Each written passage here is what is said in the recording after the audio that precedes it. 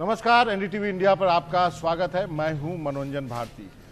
देश में किसान आंदोलन चल रहा है लगातार, संसद का सत्र भी चल रहा है और कई ऐसे मामले हैं जिस पर कि विपक्ष की आवाज भी सुननी अब जरूरी हो गई है। यही वजह है कि आज मेरे साथ शिवसेना के नेता संजय राउत साहब जुड़े हैं। कई मुद्दों पर उनसे बात होगी। सर, आपका बहुत बहुत शुक्रिया, आपने वक्त निकाला एनडीटीवी से बात करने के लिए। मेरा सबसे पहला सवाल है, मैंने आपका राज्यसभा में भाषण सुना था किसानों पर, बहुत ही दमदार भाषण था, लेकिन जो प्रधानमंत्री ने कहा कि आप लोग आंदोलन जीवी हैं, तो मेरा सवाल है, आप क्या हैं? आंदोलन जीवी हैं, कलम जीवी हैं, श्रमजीवी हैं, क्या है? हम सब कुछ है ना। जो प्रधानमंत्री जो बोल रहे हैं, हम बुद्धिजीवी भी है, हम आंदोलन जीवी भी है, हम कलम जीवी है, हम सब कुछ है। देखो, ये देश तो ऐसे जीवियों से ही बना है ना, चाहे हम जीव जंतु हो। देखो, इस देश का एक इतिहास है, प्रधानमंत्री जी को भी मालूम है। प्रधानमंत्री खुद आंदोलन जीवी रहे हमेशा, चाहे अयोध्या की यात्रा हो या वो लाल चौक श्रीनगर में गए थे तिरंगा फहराने के लिए, वो यात्रा हो। अभी देखो, अभी महाराष्ट्र में हमारी सरकार है, महाविकास आघाड़ी। वहां तो बीजेपी दर दिन आंदोलन कर रही है, एवरी डे, दर दिन उनका एक आंदोलन चल रहा है। तो क्या भारतीय जनता पार्टी महाराष्ट्र में, पश्चिम बंगाल में, छत्तीसगढ़ में, जहां जहां बीजेपी की सरकारें नहीं है, वहां जो आंदोलन कर रही है, क्या प्रधानमंत्री के मर्जी के खिलाफ कर रहे हैं या प्रधानमंत्री की बात नहीं सुन पा रहे हैं? देखिए, प्रधानमंत्री जी का भाषण था, प्रधानमंत्री जी ने भाषण किया है, और जो आंदोलन करने वालों को जिस तरह से उसने प्रधानमंत्री जी ने क्या बोलता है उसको,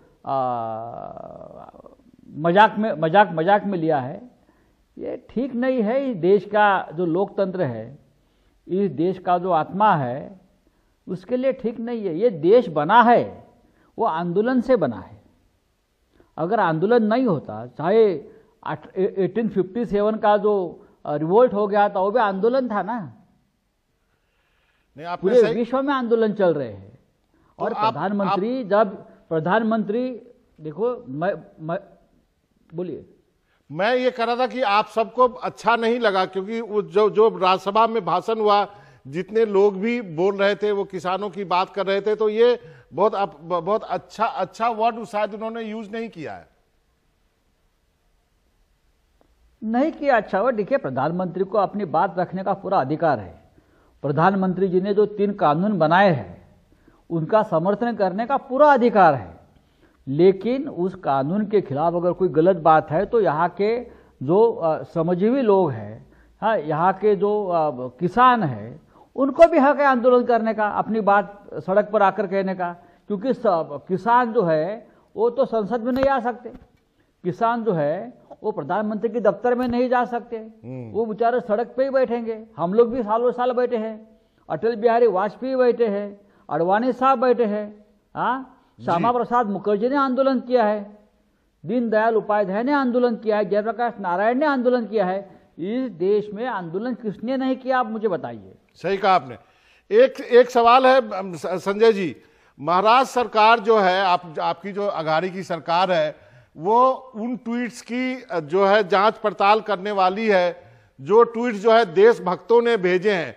तो अब आपकी सरकार क्या देशभक्तों के ट्वीट की जांच पड़ताल करेगी? देखो, अभी कुछ सालों से, 6-7 सालों से देशभक्त और देशद्रोही की एक अलग व्याख्या बन गई है। जो सच, जैसे मैंने पार्लियामेंट में कहा ना परसों, जो जिस भाषण का आप जिक्र कर रहे थे, जी मैं सुन रहा था, कि आजकल हमारे देश में जो सच बोलेगा, सच लिखेगा, वो देशद्रोही है, वो गद्दार है। आप सच बोले तो आप गद्दार है। अब ऐसी स्थिति में जो भाजपा विरोधी सरकार है, जो सरकार भाजपा की नहीं है, वो कुछ भी करे तो देशभक्ति के खिलाफ होता है। एक प्रोपेगेंडा हो जाता है। जो साइबर के जो बड़े बड़े सेल है, उनके पॉलिटिकल आईटी सेल है, वो पूरा प्रोपेगेंडा सरकार के खिलाफ या हमारे खिलाफ कर लेते हैं। लेकिन हमको उसकी आदत है। जिस ट्वीट की बात आप करते हो, उसमें तो सवाल इतना ही है, किसी ने इस बारे में जांच करने की मांग की है। चाहे वो कांग्रेस का नेता हो या चाहे और कोई हो, उसने कानून के तहत जांच करो। जैसे मुंबई में हमने एक टीआरपी की जांच की, टीआरपी घोटाले की। लोग पूछ रहे थे कि आप जांच क्यों कर रहे हो भाई, लेकिन उसमें से जो निकल कर आया है उससे बड़ा देशद्रोह और नहीं था। उस पूरे मामले में ऑफिसर सीक्रेट एक्ट का पूरा उल्लंघन हुआ है, राष्ट्रीय सुरक्षा के बारे में उल्लंघन हुआ है। तो अभी बड़े बड़े लोगों ने हमारे किसानों के खिलाफ जो ट्वीट किया है, क्या दबाव में किया है किसी के या और कुछ उसमें चल रहा है? अगर सच जानने की किसी को जरूरत है तो मुझे लगता है सरकार जांच करेगी। मैं तो सरकार का हिस्सा नहीं हूं जी। राज्य के गृह मंत्री ने बात की है तो राज्य के गृह मंत्री इस बारे में एक्सप्लेनेशन देंगे। अच्छा, एक और कंट्रोवर्सी हुई है। 18 महीने के बाद केंद्रीय गृह मंत्री ने कह दिया कि आधा टर्म सीएम बनाने की कोई बात ही नहीं हुई थी उस कमरे में। इस पे आपकी क्या प्रतिक्रिया है? इतने महीनों के बाद उनकी याद वापस आ गई हमारे प्रिय गृह मंत्री जी की। एक सरकार बन गई, एक सरकार चल रही है, ये सरकार चलती रहेगी, और अचानक से उन्हें याद आया कि ऐसी कोई बात नहीं हुई थी। हम ये कहते हैं भाई साहब, अगर बात नहीं हुई, ये आपका मानना है, तो आप भूल जाइए। बार बार वो अपनी जख्म को क्यों निकाल रहे हो? छोड़ दीजिए ना, आप अपना काम करिए, हम हमारा काम कर रहे हैं। 2024 का चुनाव में देख लेंगे, मैदान में आ जाएंगे फिर एक बार हम। बाला साहब ठाकरे जी के कमरे में जी जो बात हुई है वो बात अमित शाह जी और उद्धव ठाकरे जी को ही मालूम है। और अमित शाह जी का तो बयान मैंने बार बार देखा है। एक इंटरव्यू में अमित शाह जी बोल रहे हैं एक इंटरव्यू में कि जो बंद कमरे में बात हुई वो सार्वजनिक करना हमारे संस्कार के खिलाफ है, मैं कभी नहीं करूंगा। तो अब ये संस्कार क्या हो गया? अब कैसे सार्वजनिक बात कर दिया आपने? हमने तो कभी की नहीं है अभी 12, 13, 14 महीनों में। एक और सवाल है सर, राजनीति में ऐसी बातें होती है, भूल जाना चाहिए। प्रधानमंत्री ने एक और शब्द का इस्तेमाल किया, फॉरेन डिस्ट्रक्टिव आइडियोलॉजी। ये क्या होता है? एफडीआई। देखिए, ये तो हमेशा बोलते हैं ना, परकीय हाथ, परदेशी हाथ यहाँ काम कर रहा है सबके पीछे।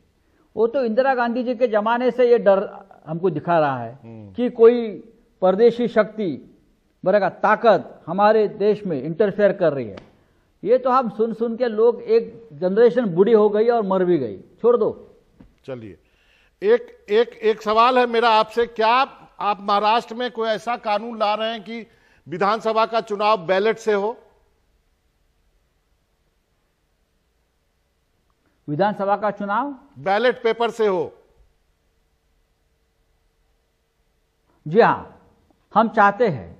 अगर लोगों के मन में विश्वास नहीं है इस चुनाव प्रक्रिया के बारे में, और लोगों को ये एक विश्वास नहीं कि मैंने जो वोट दिया है किसी पार्टी को, वो उसी पार्टी को, उसी कैंडिडेट को जा रहा है या नहीं जा रहा है, उस बारे में विश्वास नहीं है लोगों के मन में।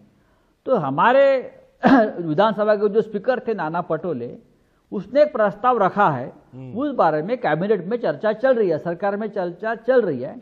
अब कानून बनेगा या नहीं बनेगा वो आगे की बात, लेकिन महाराष्ट्र में इस बारे में चर्चा हो रही है और मुझे लगता है पूरे देश में उस पर डिबेट होनी चाहिए। 2-3 सवाल हैं सर आपसे। ये आपके बारे में कहा जाता है आप सामना में कांग्रेस के खिलाफ लिखते हैं, एनसीपी के खिलाफ नहीं लिखते, शरद पवार को नाराज नहीं करना चाहते हैं, कितनी सच्चाई है? ऐसी नहीं है। कांग्रेस पार्टी भी हमारे साथ जुड़ी हुई पार्टी है। अभी महाराष्ट्र में हमारा एक कॉमन मिनिमम प्रोग्राम बना है जी, शरद पवार साहब भी उसमें है। और देखिए, सामना अपना जो स्वभाव है वो कभी बदलेगा नहीं। ओके। हम तो हमारे लोग हैं जो गलती करते हैं उसके खिलाफ भी लिखते हैं, चलिए, सबको मालूम है। एक और सवाल है, शरजील पे आपकी चुप्पी क्यों है? कहां चुप्पी है? थोड़ी भी चुप्पी नहीं है। हमने तो ये कहा है, एफआईआर लॉन्च किया है और मुंबई पुलिस की एक टीम बनाई है, उसको, अब वो अलीगढ़ में कहाँ बैठा है, तो हमने आह्वान किया यूपी सरकार को, वो आपके राज्य में छुप कर बैठा है, आप भी हमको कोऑपरेट करें उसको अरेस्ट करने के लिए, आप उसको प्रोटेक्शन मत दीजिए।